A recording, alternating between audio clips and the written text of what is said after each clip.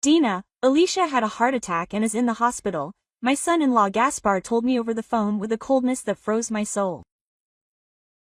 I ran to the hospital in despair, but when I got there the devastating news hit me like a dagger.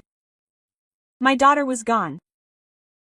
During the funeral, while everyone was still immersed in grief, Gaspar made an announcement that took my breath away.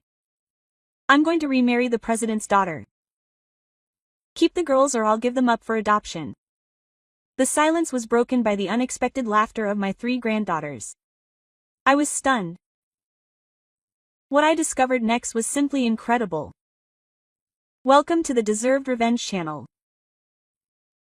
If you are enjoying this story, subscribe to the channel and like the video to learn about future stories.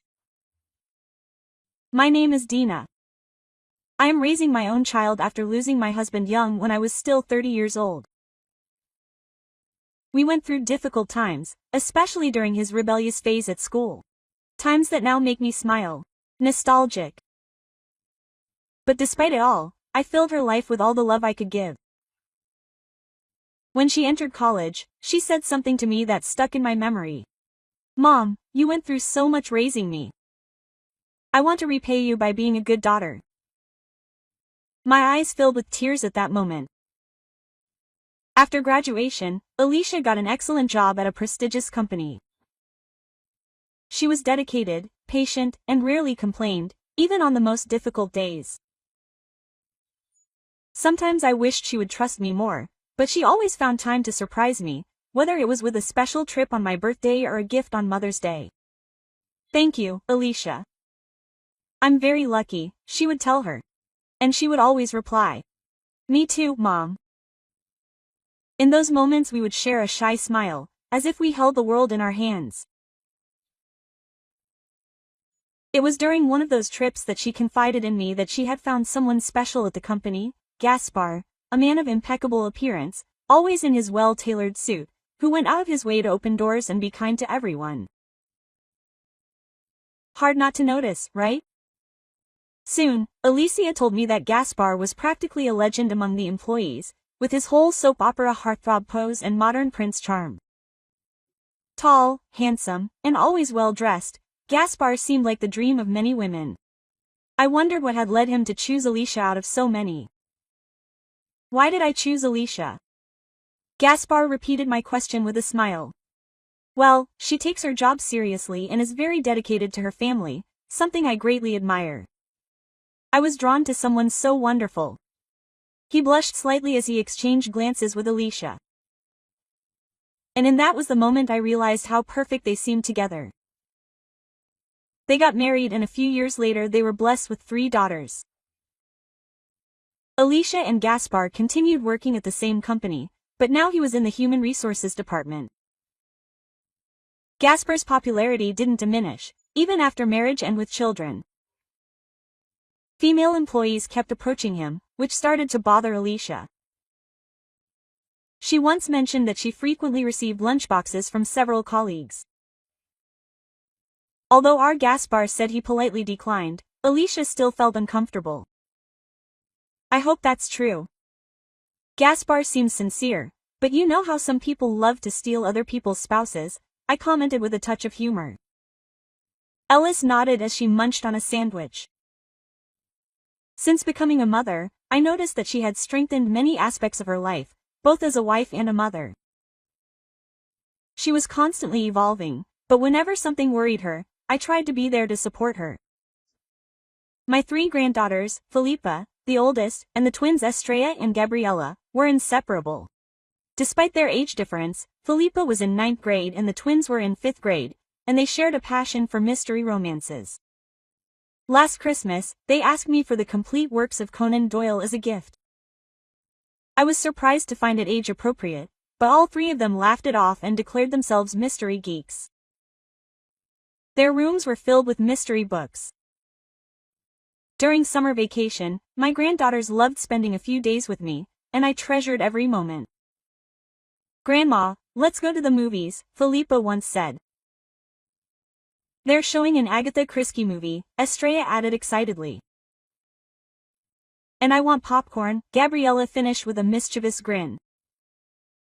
Seeing those radiant smiles made me want to indulge them whenever I could.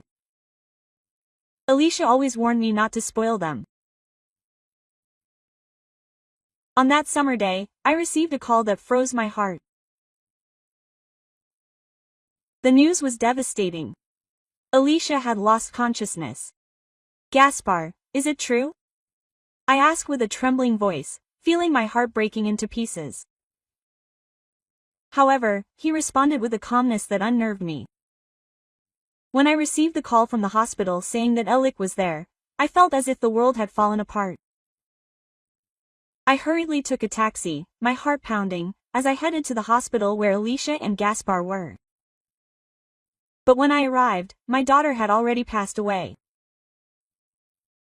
Tears immediately began to flow and a deep sense of regret overcame me, stronger than the sadness itself. I called out to Alicia over and over again, as if I could somehow bring her back, but her eyelids, closed forever, would never open again. The doctor reported that the cause of death was a heart attack. Gaspar was there, with the 3 girls by his side, crying loudly. It was natural that they were devastated. They were still teenagers facing the most difficult loss of their lives.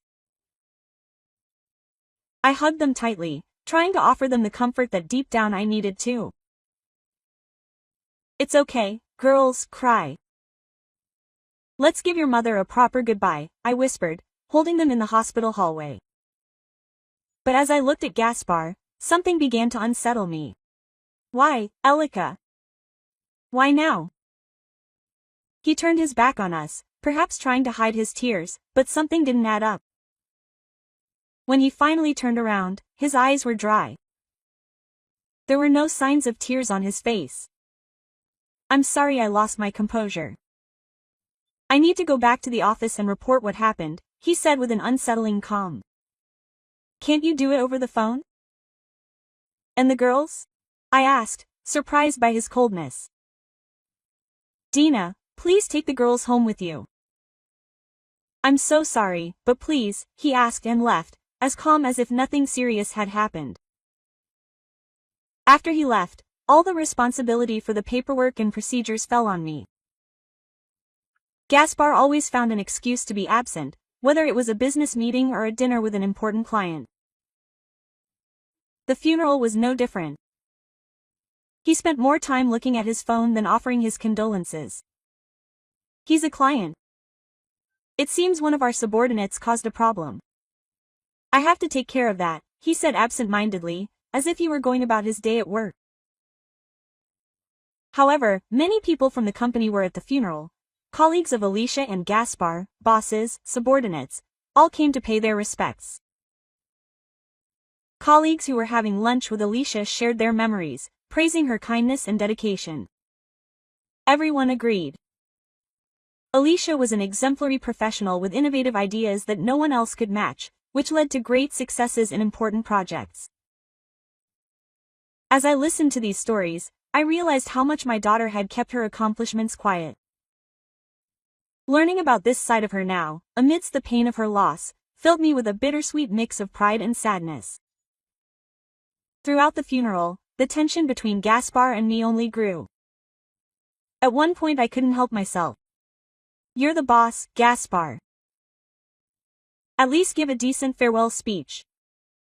He sighed, visibly annoyed, and muttered that he would. But before he could say anything, a woman approached him. My condolences, he said, but his tone changed immediately upon seeing me. Something in the air thickened. My instincts alerted me, but Gaspar remained indifferent, welcoming her with a warm smile. Lita, it's so nice of you to come, despite being so busy, he said, almost emotionally. Then he turned to me and added, Dina, this is Lita, the daughter of the company president. As I watched them, something inside me screamed that something wasn't right. Gaspar and Lita were too close to be just acquaintances or colleagues. Even at the funeral, Lita clung to Gaspar in a way that hinted at an unsettling intimacy. That night, after putting my granddaughters to bed, I decided to confront Gaspar. He didn't try to hide anything. Ah, Lita, She's practically my girlfriend, he said with contempt. I was speechless. I couldn't believe what I was hearing. Girlfriend, but you're married to Alicia, Balbway. Still trying to come to terms with it. Gaspar, however, remained cold. After we got married, I realized that Alicia was too simple.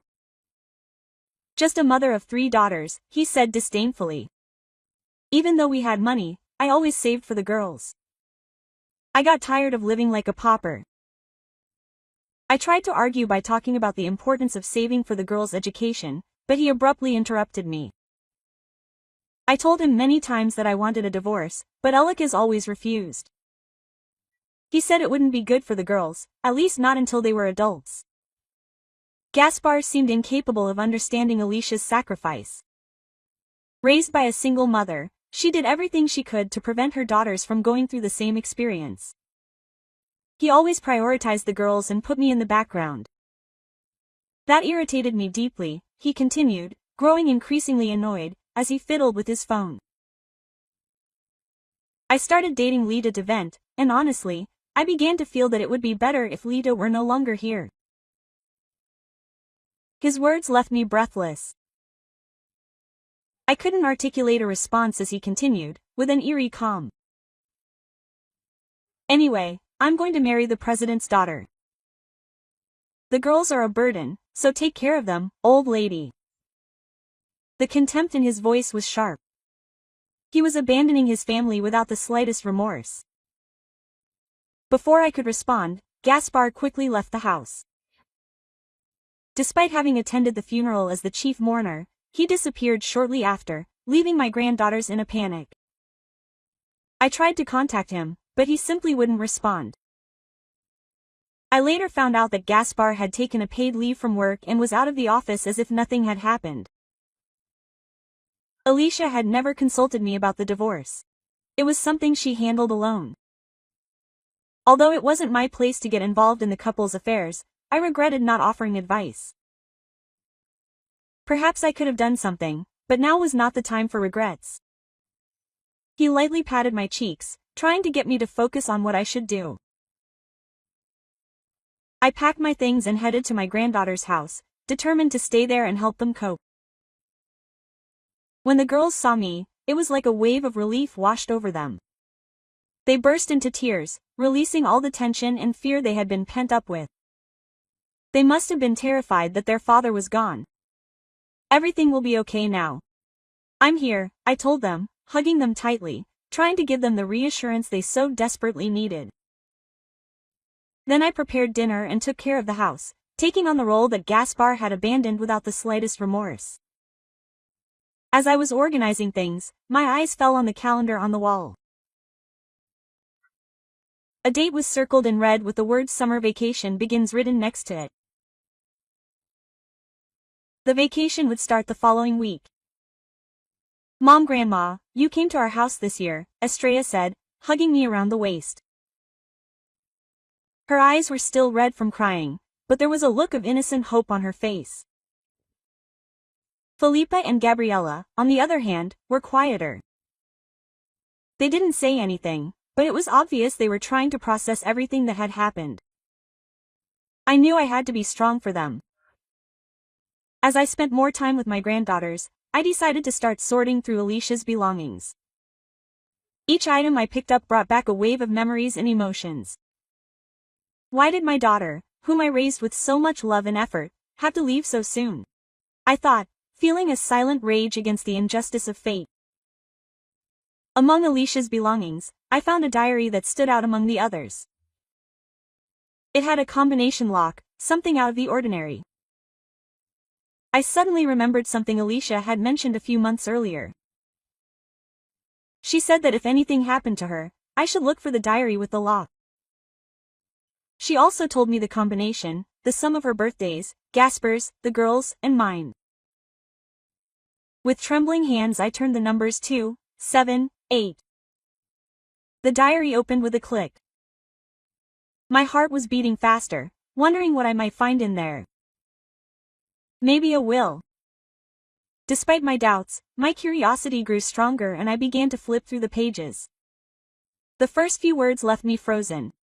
If you are reading this diary, it means that I have already left this world. I took a deep breath, trying to compose myself, and continued reading. What I discovered was incredible.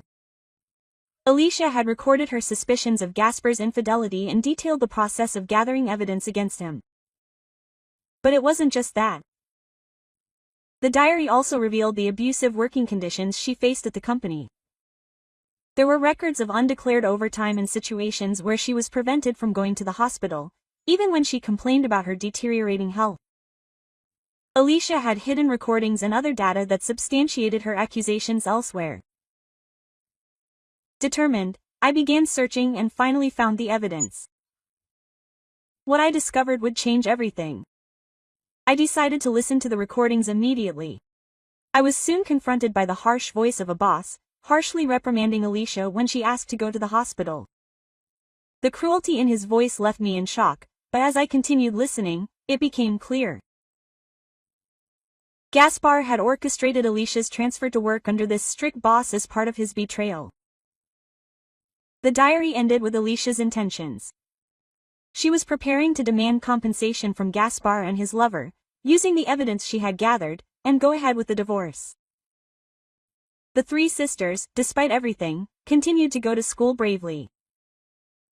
I did my best to take care of them, trying to make sure they didn't overextend themselves. A week passed, and with the start of summer vacation, the sunflowers in the garden were almost ready to bloom. After the vacation began, my granddaughters spent more time in Gaspar's room. Despite everything he had done, he was still their father and they were seeking, albeit unconsciously, some kind of recognition. Knowing this broke my heart. As I continued to organize Alicia's belongings, I also took care of the girls. One day, while they were in the room, I brought them sandwiches and orange juice. "Here's the juice for you guys," I said, trying to keep my tone light. They were busy looking through books and scrapbooks that Gaspar had left behind, as if searching for some treasure. Sometimes they also used the family computer or tablet, and I figured they were working on some holiday project. One day I returned from shopping and heard laughter coming from the living room. "What's going on?" I asked curiously. As I approached, Gabriella noticed me and with a mischievous smile, she quickly grabbed a piece of paper that had just come out of the printer and handed it to me. "With this, Dad will go to hell," Gabriella said, leaving me completely confused. I looked at the paper she had given me. It was a printout from an anonymous message board titled "Meet here if you want your wife dead." I was left wondering. Noticing my confusion, Felipa explained, "Grandma, look at this in red. That person's name is Gaspar." "Gaspar?" I asked incredulously. "Yes," Felipa confirmed. "The comments posted from this internet connection are in red, so that's Dad's comment." My heart stopped for a moment.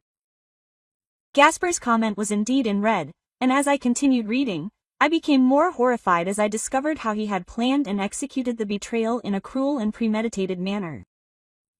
Gaspar's words, read with increasing horror, were terrifying. He detailed how he abused his authority in the Human Resources Department to transfer Alicia to a problematic department where the team was always overworked. Knowing of Alicia's extreme dedication, he was certain that she would stay late every day racking up overtime. "She works over 80 hours of overtime a month. She'll faint from exhaustion soon," he wrote as if it were a cruel joke. The burden only increased. Pretending to care about her health, Gaspar prepared unhealthy meals, loaded with oil and salt, laughing as he watched her eat every day. When Alicia mentioned that her health tests were bad, he coldly refused to let her go to the hospital or have her retested. The malicious words he posted were followed by equally disturbing responses from others on the forum. Some called him a monster, while others encouraged him to continue. The final post was the cruelest of all. Gaspar recounted Alicia's death with a grotesque tone of joy. Finally, my wife is gone. She was taken to the hospital with a heart attack. She pretends to be sad, but now I can also get rid of the children, he wrote, while other comments congratulated him, expressed envy or encouraged him. I could hardly believe what I was reading. The man who had seemed so polite and affectionate was in reality a cold and evil manipulator. Anger grew inside me with each word, but an even greater surprise was yet to come. My granddaughters, all 3 girls, had noticed Gaspar's strange behavior for some time. "It's elementary, Watson," said Estrella, imitating Locke Holmes. Mom was always busy, but Dad seemed to have a lot of free time. That was strange. Gabriella then added. When we discussed this with Dad, he said something. He said not to trust Mom, that she could leave any day. These discussions revealed that Gaspar and the girls did not get along as well as he made it seem. The 3 of them had already begun to distrust their father and had been watching him closely ever since. They noticed that he used the computer to look up recipes and videos of unhealthy dishes, something he normally wouldn't do. In the tablet's search history, they found terms like unhealthy foods and salt content. They also knew of a mysterious woman who appeared in photos on the tablet and remembered the unsettling smile he showed just after Alicia's death and during the funeral. The final piece of the puzzle was in a scrapbook that Gaspar kept, full of articles about people who fainted from overwork, some of whom were diagnosed with heart problems. So the 3 of us thought Dad was the culprit, Felipa said. Estrella added, we were looking for evidence. Since the start of summer vacation, the 3 sisters' observation skills proved to be sharper than Gaspar or I could have imagined. It looks like a mystery about love, Gabriella said, referring to what they were experiencing. Curious, I asked Estrella how they had discovered the message board. Proudly, she snorted. In addition to reviewing the tablet's search history, we read books and restored the deleted history. Watson, Gabriella said, imitating Sherlock Holmes once again. Despite being just a 5th grader, Gabriella managed to restore the data, something no one would expect from such a young girl. Without that effort, we wouldn't have the printout of the messages in our hands. I thought about how these granddaughters, still so young and vulnerable, must have felt lonely and anxious after losing their mother. I remembered their relieved and tearful faces when they came to my house trying to fight this situation. My eyes filled with tears. Grandma, what's wrong with you? Felipa asked worriedly. I knew I couldn't let the efforts of these little detectives go unnoticed.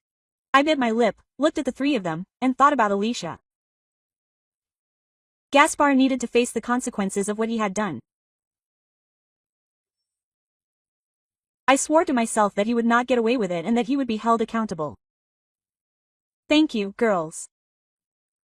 Leave the rest to your grandmother, I told them with determination. Later, I went to visit a trusted lawyer, taking with me all the evidence the girls and I had gathered. My goal was clear, I wanted justice for Alicia. This included not only compensation, but also making sure Gaspar paid for his crimes.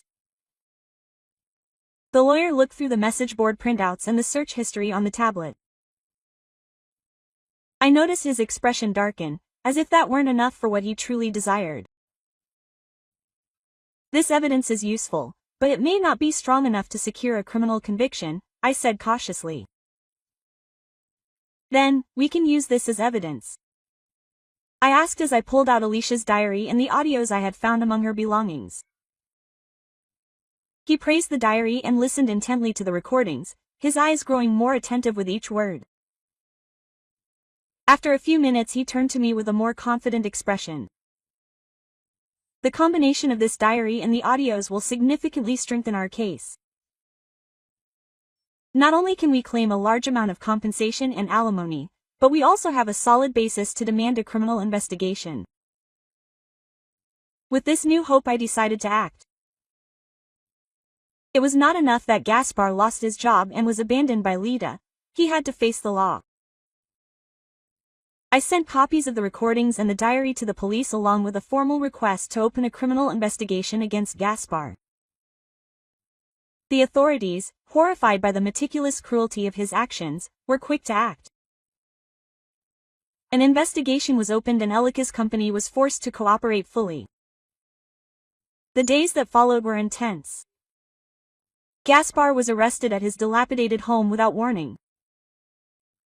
He was led away in handcuffs with a look of panic as the neighbors looked on. For the first time he felt the weight of the consequences of his actions. During the trial, every detail of Elica's diary was exposed, and the recordings were irrefutable evidence. The prosecutor minced no words, describing Gaspar as a cruel man who planned his wife's death, using his position of power to torture her physically and mentally until her body could take no more. The girls testified with astonishing maturity, their statements painting a clear picture of how their father had become a true monster. When the verdict was delivered, the courtroom was absolutely silent. Guilty, the judge announced, while Gaspar, who had lost all arrogance, cowered like a mouse. He was sentenced to a long prison term, with no possibility of parole. But justice did not end there. In prison, news of Gaspar's crimes spread quickly. Other prisoners, many of them fathers, discovered that he had planned and executed his own wife's death and decided that he should suffer even more. Gaspar was constantly persecuted and beaten, his body and mind deteriorating rapidly in this unforgiving environment. Her life became an endless nightmare, each day of physical and psychological torture. The man who once controlled the lives of others now lived at the mercy of those who hated him. Meanwhile, outside of prison, Alicia's company was forced to pay significant compensation. I used some of that money to create a foundation in Alicia's name, dedicated to supporting victims of workplace abuse. I wanted to make sure that her suffering was not in vain and that others could find a path to justice. My granddaughters, although still scarred by the loss of their mother, slowly began to recover. Felipa, Estrella, and Gabriela could finally smile again, and I made sure they had a secure and hopeful future. Despite the lingering sadness, we knew that justice had been achieved for Alicia. And Gaspar was forgotten by everyone, even by those who once supported him. Nothing remained of the man who once thought he was invincible. His existence became a slow, cruel descent into a hell of his own making. And I, Dina, could finally feel that the world was a little fairer, knowing that Gaspar had received every drop of cruelty he deserved.